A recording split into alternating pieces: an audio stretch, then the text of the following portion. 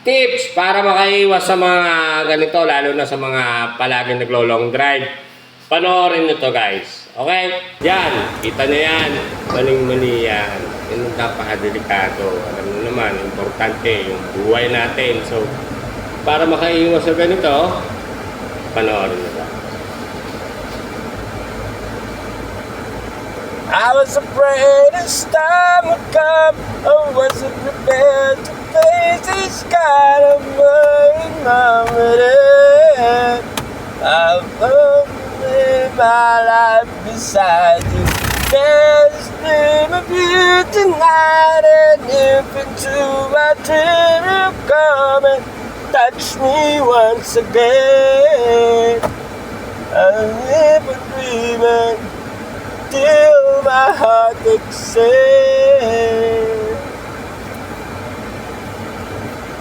So, ayun. Mag-concert ka mag-isa mo. Very effective para hindi tayo antukin sa biyahe. Okay, sana may natutunan. Follow and share.